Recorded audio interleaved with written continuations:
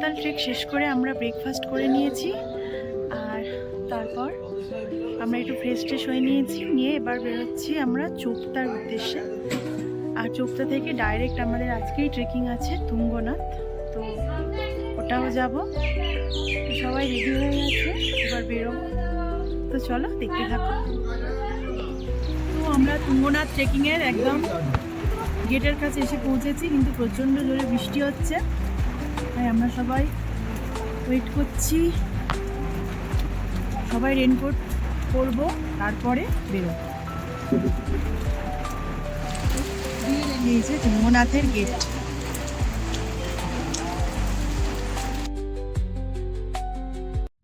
একদম proper raincoat লাগিয়ে নিয়েছি সবাই।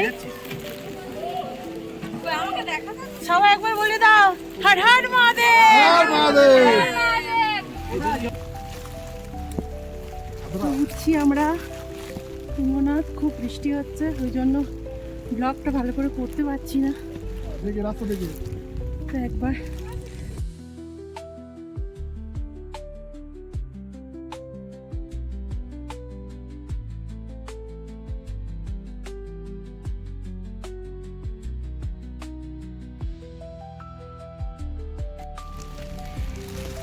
হর হর মহাদেব। হর হর মহাদেব। তো আমরা আজ নাইট স্টে করছি।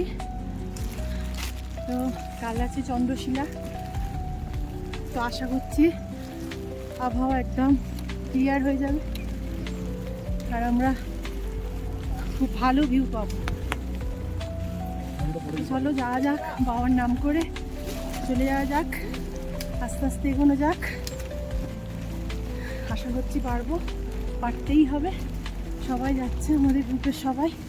সামনে আমাদের সব ব্যাগগুলো পিঠু নিয়ে চলে গেছে, তো আমরা এখন প্রায় খালি আছি, কোনো অসুবিধা নেই। যাচ্ছি, আস্তে আস্তেই যাচ্ছি, শুনতে হয়ে গেলেও কোনো প্রবলেম নেই। চলো যাওয়া যাক। আমাদের সব টিম মেম্বাররা সামনেই যাচ্ছে, আর আমাদেরকে যেতে হবে সেই উঁচুতে, একদম উঁচু পর্যন্ত সব মানুষজনকে দেখতে পাচ্ছি। তো জানি না ঠিক পারবো। চলো যাওয়া যাক।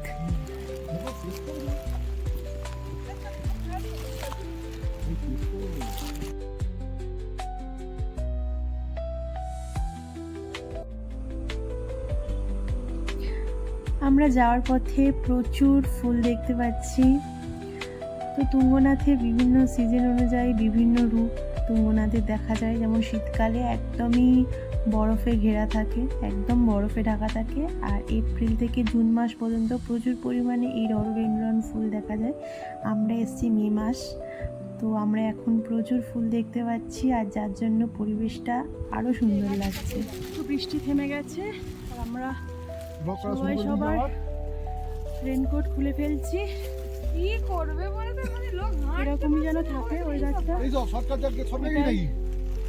এটাই চাইছি সকলে। পার্বতী পতয়ে হর হর মহাদেব।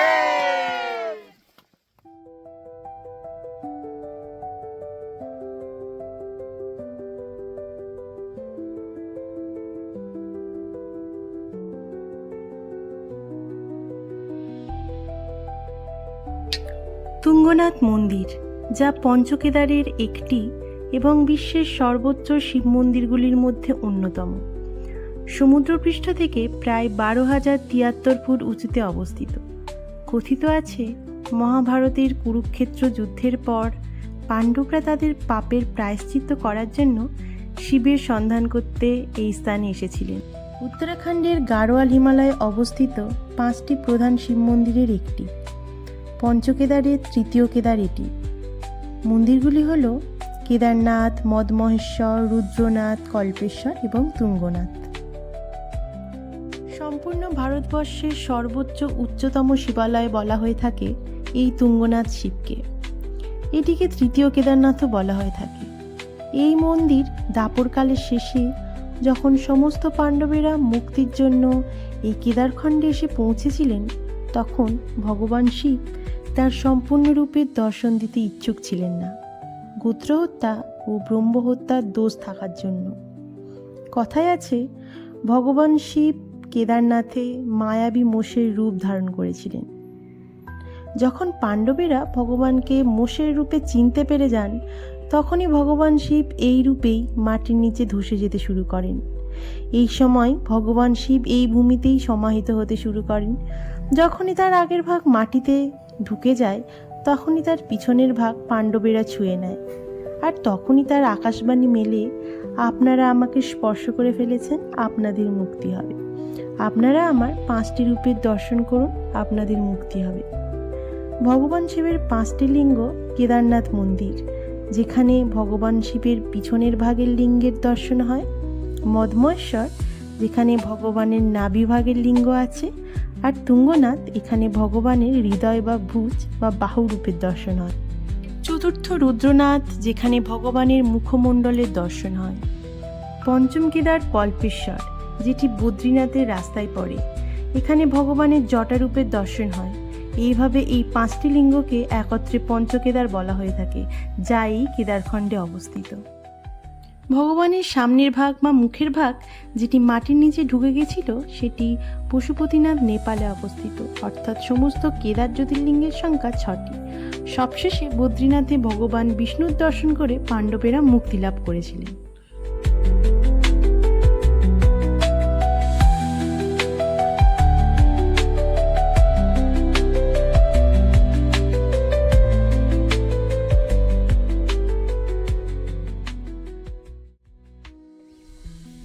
আমরা প্রায় চলে এসেছি, আর 1.5 কিলোমিটার বাকি, তারপরে আমরা পৌঁছে যাব তুঙ্গনাথ। তো এখানে প্রচুর ফুল দেখা যাচ্ছে, প্রচুর ফুল। আমরা এখন যাচ্ছি পৃথিবীর সবথেকে উচ্চতম শিবের মন্দিরে তুঙ্গনাথ। আজকে আমাদের এটাই ট্রেক ছিল। সকালে আমরা সারি ভিলেজ থেকে দেউলিয়াখাল ট্রেক করে এসে এখন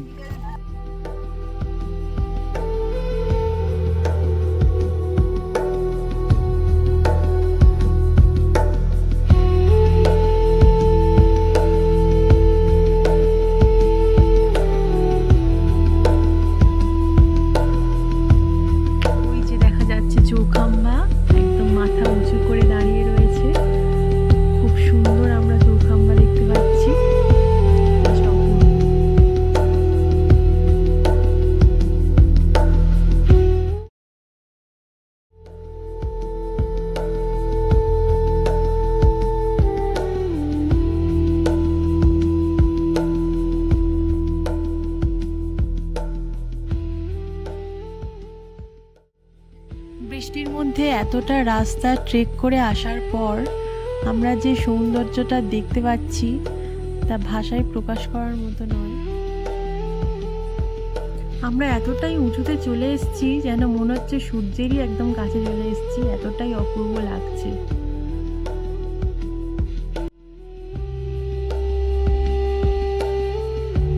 আমরা প্রায় কাছাকাছি চলে এসেছি, আর একটু ব্রেক নিয়েছি। দোকানটা থেকে একটু স্ট্রিং কিনলাম। এই স্ট্রিং ড্রিঙ্কসটা খুবই ভালো, খুবই এনার্জি দেয়। তো আমরা ওঠার পথে এই ড্রিঙ্কসটা খেয়েছি, আর সন্ধেবেলায় আমরা সন্ধ্যা আরতিটা দেখব। তো চলো, একেবারে সন্ধ্যা আরতির সময় দেখা হচ্ছে। এই হলো তুঙ্গনাথ মন্দিরের প্রবেশ পথ, আর সুন্দর করে গেটগুলো ফুল দিয়ে সাজানো, কারণ আমরা একেবারেই ওপেনিংয়ের টাইমে এসেছি। এতদিন তুঙ্গনাথ মন্দির বন্ধ ছিল, আর এখনই এটা ওপেন হয়েছে, আর আমরাও চলে এসেছি। তার জন্য এত সুন্দর করে সাজানো দেখতে পাচ্ছি।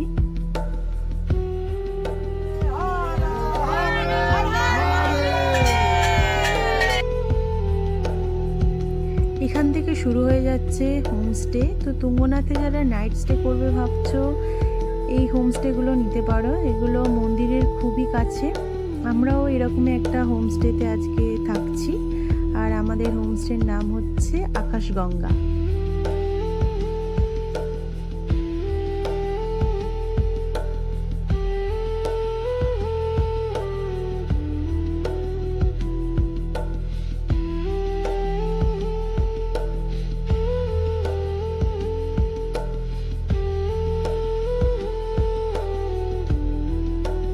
চারিদিকে এরকম দোকানও পেয়ে যাবে যেখান থেকে তোমরা পুজোর সামগ্রী কিনে নিতে পারো।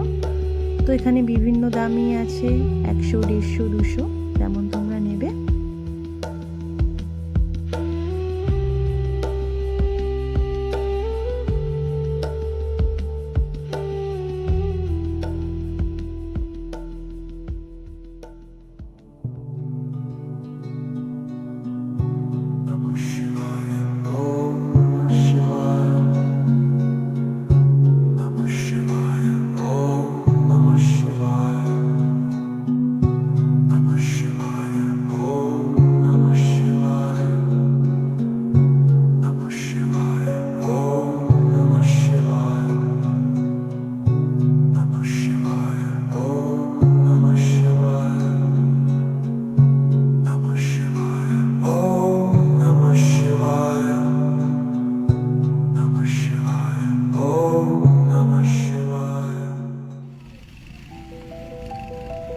হর হর মহাদেব।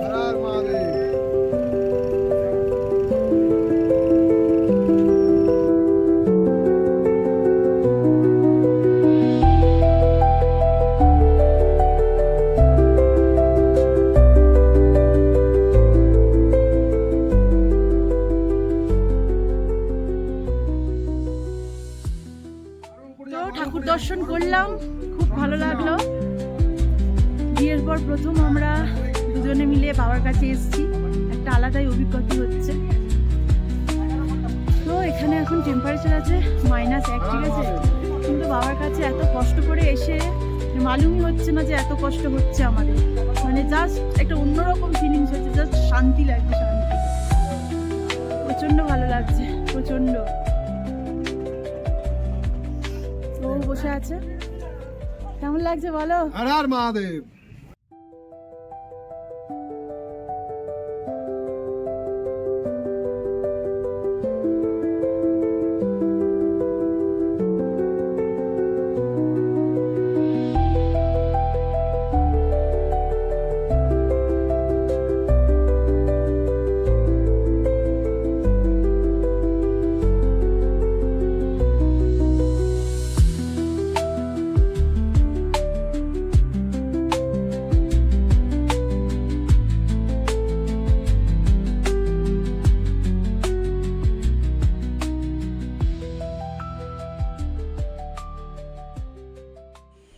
Good morning. সকালটা শুরু হলো চন্দ্রশিলা ট্রেকিংয়ের মধ্য দিয়ে। আমরা তুঙ্গনাথের কাছাকাছি ছিলাম, মন্দিরের কাছাকাছি। তো সকাল সকাল সবাই উঠে পড়েছি চন্দ্রশিলা ট্রেকিংয়ের উদ্দেশ্যে। তো তুঙ্গনাথ থেকে এটা প্রায় 1 কিলোমিটার উপরে অবস্থিত। তো তার জন্য সবাই তাড়াতাড়ি রেডি হয়ে নিয়েছি আর বেরিয়েও পড়েছি। তো যাচ্ছি আমরা চন্দ্রশিলা। কথিত আছে রাক্ষস রাজা রাবণকে পরাজিত করার পর শ্রীরাম এখানে ধ্যান করেছিলেন। আরেকটি গল্প কথিত আছে চন্দ্রদেবতা চন্দ্র এখানে তপস্যা করেছিলেন।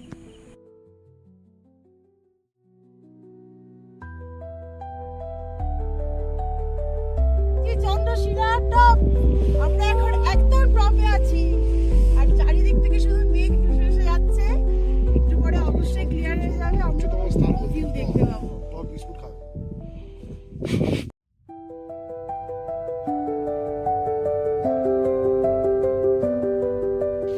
তো আমাদের তুঙ্গনাথ দর্শন শেষ, এবার আমরা নামছি নিচে আর নেক্সট আমরা যাচ্ছি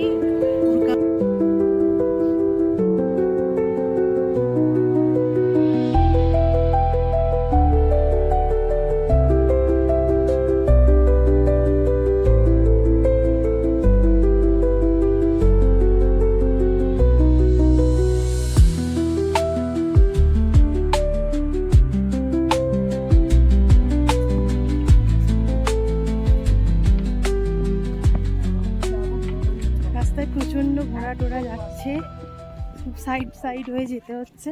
আমরা কালকে বিকালে গেছি, তখন বৃষ্টি হচ্ছিল, অতটাও ঘোড়ার চাপটা ছিল না, কিন্তু আজকে দেখছি প্রচুর ঘোড়ার চাপ। আর হ্যাঁ, প্রচুর মানুষজন আসছে আজকে, কালকে তো আমরা অনেকটাই বিকালে গেছি। অ্যাকচুয়ালি তুঙ্গনাথ অনেকে একদিনই শেষ করে, মানে যায় আবার ফিরেও আসে, কিন্তু আমরা ওখানে স্টে করেছি, তার জন্য আমরা একটু সময় নিয়ে বিকালের দিকেই গেছি। নইলে আমাদেরও ফার্স্ট প্ল্যান ছিল যে চোপতা থেকে সকাল সকাল আমরা তুঙ্গনাথের উদ্দেশ্যে রওনা দেব, কিন্তু আমরা চন্দ্রশিলাটা থেকে মেনলি সানরাইজটা দেখবো বলেই আমরা বিকালবেলা মানে গেছি, তুঙ্গনাথে আমরা স্টে করেছি। তো অনেকটাই নিচে চলে এসেছি, যেখানে ঘোড়া টোড়া থাকে ওইখানে। আর এখানে পিঠুতে করে আমাদের ব্যাগগুলো পাঠিয়ে দেওয়া হয়েছিল, তো ওইগুলো এখন যার যা ব্যাগ সেগুলো নিয়ে নেব, তো তারপরে আমরা আরও নিচের দিকে যাব।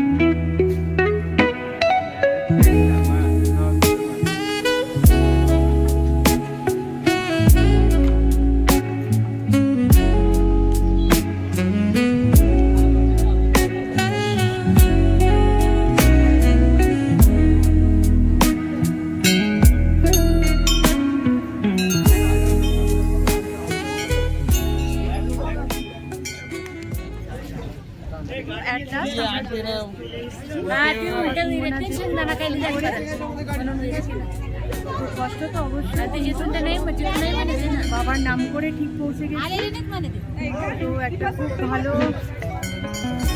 সময় কাটলো, ভালো একটা দিন কাটলো বাবার কাছে একদম। তো লাস্ট পর্যন্ত আমাদের এই ট্রেকিংটা শেষ হলো। এবারে হর হর মহাদেব, এবার আমরা গাড়িতে উঠে যাবো, আর আমাদের নেক্সট যাবো হচ্ছে দুর্গাম ভ্যালি। তো ভিডিওটা তাহলে এখানেই শেষ করছি, তো ব্লগটা কেমন লেগেছে অবশ্যই জানিও।